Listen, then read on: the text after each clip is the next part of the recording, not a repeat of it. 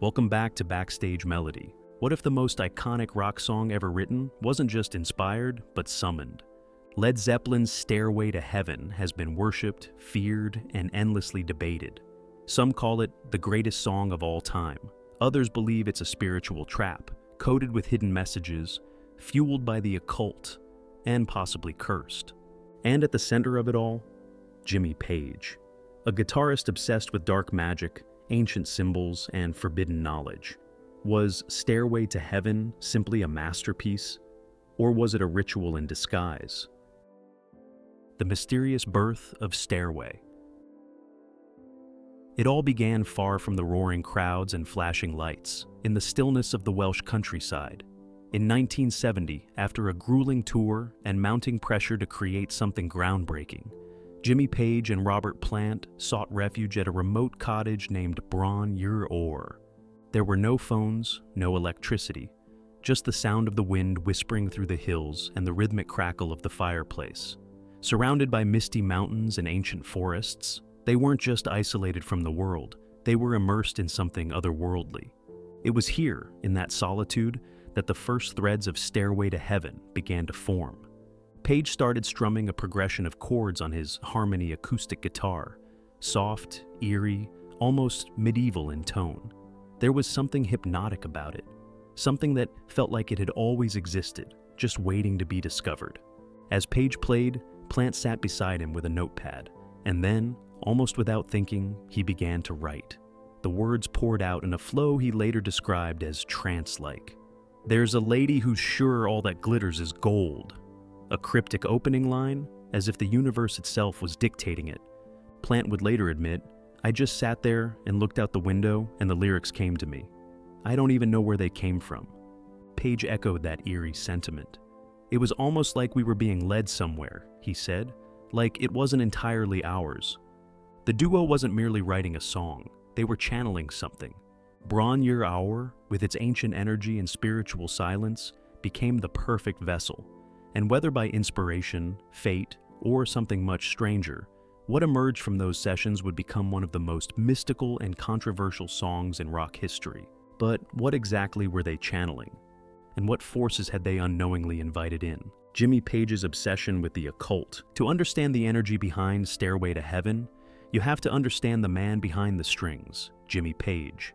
Unlike most rock stars chasing fame, Page was chasing something far more elusive. Hidden power, not just musical mastery, but esoteric knowledge, arcane truths, the forbidden kind. Long before Led Zeppelin reached superstardom, Page had immersed himself in the writings of Aleister Crowley, the notorious British occultist who claimed to be the Great Beast 666. Crowley preached about magic, personal liberation, and contacting spiritual realms through ritual. Most people saw him as a madman. Page saw him as a misunderstood visionary. Page didn't just collect Crowley's books, he lived his philosophy. He went so far as to buy Crowley's former home, Boleskine House, located on the shores of Loch Ness in Scotland. The mansion had a dark reputation. It was where Crowley had reportedly performed intense rituals, ones meant to summon spiritual beings from other dimensions. Locals whispered about strange happenings, flickering lights, eerie shadows, and unexplained screams in the night. The house had a history of tragedies, but Page wasn't deterred, he was fascinated. In fact, he once said, "I feel Crowley is a misunderstood genius of the 20th century."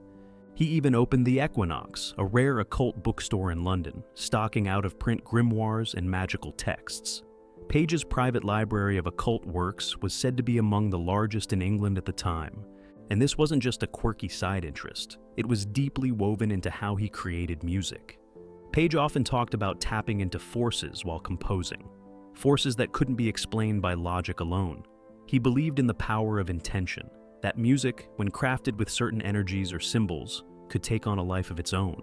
That belief bled directly into Led Zeppelin's music, into its symbols. It's silent, it's a mystery. And it would all come to a head with Stairway to Heaven, a song Page once hinted was more than just melody. To some, it was his masterpiece. To others, it was his invocation. Hidden symbols and backmasking allegations. When Led Zeppelin released their untitled fourth album in 1971, the the one that would feature Stairway to Heaven, they made a bold move. They removed their name entirely. No band name, no album title. Just 4 cryptic symbols printed on the cover. Each band member had selected one to represent themselves. John Bonham chose a triquetra, symbolizing unity. John Paul Jones picked a symbol associated with a confident person. Robert Plant's symbol came from an ancient Moose civilization glyph. But Jimmy Page's symbol was different. A mysterious glyph resembling Zoso. No one, not even the other band members, knew what it meant, and Page refused to explain it. To this day, he's never confirmed its origin. Fans and scholars alike have speculated it's derived from occult grimoires, alchemical symbols, or even Crowley's personal sigils. But that was just the beginning. As Stairway to Heaven gained popularity, it also attracted suspicion. Religious groups, conspiracy theorists, and even school boards began accusing the song of harboring hidden satanic messages, buried not in the lyrics, but in the audio itself. The most infamous claim that when played backward, part of the song reveals a chilling message. "Here's to my sweet Satan." Some even claim to hear phrases like, "I sing because I live with Satan," or "He will give those with him 666. These weren't random fans in basements. Televangelists aired the reversed audio in front of live congregations. TV shows ran segments on backmasking.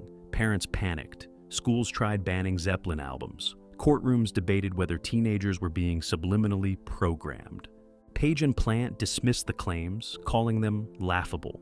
But they never forcefully shut down the rumors either. In fact, Page's silence only deepened the myth.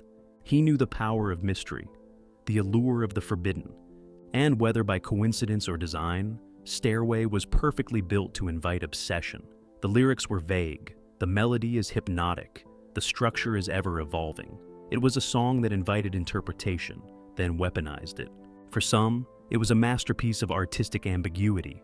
For others, it was a spiritual trap cloaked in rock and roll. But the whispers didn't stop there. Because if there really were secrets hidden in the music, what about the lyrics themselves? The spiritual themes in the lyrics. The beauty of Stairway to Heaven is that it never tells you what it is. It suggests, it hints, it invites you in, then leaves you alone with your questions. From the very first line, it sets a strange, almost cautionary tone. There's a lady who's sure all that glitters is gold, and she's buying a stairway to heaven. Is it a metaphor for blind materialism, a warning about chasing illusion, or something more esoteric? The song unfolds like a journey, not just musically, but philosophically. It begins with soft acoustic notes and innocent curiosity. But as it builds, both the sound and the message darken. The song subtly shifts from dreamy folk to prophetic rock, then explodes into something almost transcendent. As Plant sings about whispers in the forest, shadows echoing laughter, and a path that leads us to reason, listeners feel like they're being pulled down a spiritual rabbit hole. Some lines read like poetry, others feel like coded scripture. One lyric stands out. Yes, there are two paths you can go by, but in the long run, there's still time to change the road you're on. It sounds like hope, but also like a warning, a fork in the soul, a choice between light and darkness. Many believe the song is about enlightenment, a search for truth in a world full of false idols. Others claim it's an allegory for spiritual temptation, with the lady representing mankind chasing status or comfort, unaware of the price being paid. Then there's the piper, a strange, almost mythical figure leading listeners towards something unknown. Some connect him to Pan, the ancient pagan god of nature and mischief. Others believe he represents Lucifer, disguised as light. Even Page admitted the song was designed to be intentionally ambiguous. He wanted listeners to project their own meaning onto it. But when you combine that intentional vagueness with Page's occult interests, some fans began to wonder, was it vague or veiled? Critics argued that the lyric's spiritual tone mirrored the teachings of Aleister Crowley: hidden knowledge, duality, personal ascension. The idea that music itself could be used to transmit mystical energy or intention. And when performed live, the song took on an even more ritualistic tone. The lights dimmed, the atmosphere shifted, the room got quiet, almost reverent. It wasn't just a performance, it felt like a ceremony. And while millions of fans saw beauty in the journey, others started to feel unease, a growing sense that the Stairway might not be leading where they thought. The satanic panic and cultural backlash. By the early 1980s, a cultural wildfire had begun to spread, and Stairway to Heaven found itself caught right in the middle. The so-called satanic panic was gripping America, fueled by televangelists, sensational media reports, and terrified parents. A new fear was rising, that music, television, and pop culture were secretly recruiting youth into dark belief systems. And at the heart of that storm, rock music. Led Zeppelin was already a mysterious force. Their lyrics were cryptic, their image unorthodox, and Jimmy Page's open fascination with Aleister Crowley made them the perfect target. And no song carried more symbolic weight or more suspicion than Stairway to Heaven. Evangelical leaders began hosting rock exorcisms, where records were smashed on stage while pastors screamed about hidden messages. TV specials like Hell's Bells and Rock, It's Your Decision, warned parents that backward messages in popular songs could possess their children or lure them into dark behavior. Many claimed that Stairway, when reversed, said, "Here's to my sweet Satan." They pointed to the song's slow build, its hypnotic progression, and spiritual lyrics as proof it was designed to deceive. Some groups even claimed that Stairway wasn't just dangerous, it was cursed. School boards banned the song, courtrooms debated its subliminal power, talk shows brought on frightened teens who said they'd felt changed after hearing it. It wasn't just moral outrage, it was paranoia. And Page's silence didn't help. While Robert Plant brushed off the accusations as ridiculous, Jimmy Page rarely said a word. He never confirmed or denied the rumors. He never clarified what the symbols meant. He didn't even explain his cryptic Zoso sigil. His refusal to speak only made people more certain that something was being hidden. Some believed it was guilt, others thought it was pride, an artist who had created a spiritual weapon and watched the world dance to its tune. And to be fair, Zeppelin wasn't the only band accused during this time, but Stairway to Heaven, with its slow, spell-like structure, ambiguous lyrics, and supernatural reputation, became the crown jewel of conspiracy. For critics, it was a dangerous spell disguised as a song. For believers, it was an anthem that opened minds. But for Page, he just kept playing it, never offering answers. Because maybe the mystery was the real power all along. Robert Plant's uneasy relationship with the song. For millions of fans, Stairway to Heaven was sacred. But for Robert Plant, the man who wrote and sang the lyrics, it became a burden he couldn't escape. While Jimmy Page leaned further into the mystique of the song, Plant began to pull away. Over time, his connection to Stairway didn't grow. It frayed. What had once felt poetic and powerful began to weigh on him like a ghost that refused to rest. In interviews, Plant was surprisingly candid. He admitted he didn't even understand how the lyrics came to him. "I was holding a pencil and paper," he recalled, "and for some reason, I was writing words I didn't consciously think about. It was almost like I was being used." That statement alone gave conspiracy theorists more fuel, but for Plant, it was simply unnerving. As the years went by, he grew increasingly resentful of the song's legendary status. Once, when Stairway came on the radio at a party, Plant pulled out a wad of cash, threw it at the stereo, and snapped, "I hate this song!" He would later explain the outburst. It wasn't that he hated the song itself, it was the obsession surrounding it. Every concert, every interview, every fan conversation seemed to orbit around Stairway. And that kind of mythologizing made him uncomfortable. Even during Led Zeppelin reunions, Plant was reluctant to perform it. At times, he simply refused. He felt the song had taken on a life of its own, a life he no longer recognized or controlled. "I'd rather sing something raw, bluesy, something real," he once said. Stairway became too big, too polished, too untouchable. Plant's discomfort only deepened the intrigue, because if the man who delivered the song felt disconnected from it, what did that say about the song's origin? Was it simply overexposure, artistic fatigue, or was there something deeper, something even the creators couldn't fully explain? It wasn't just a song anymore.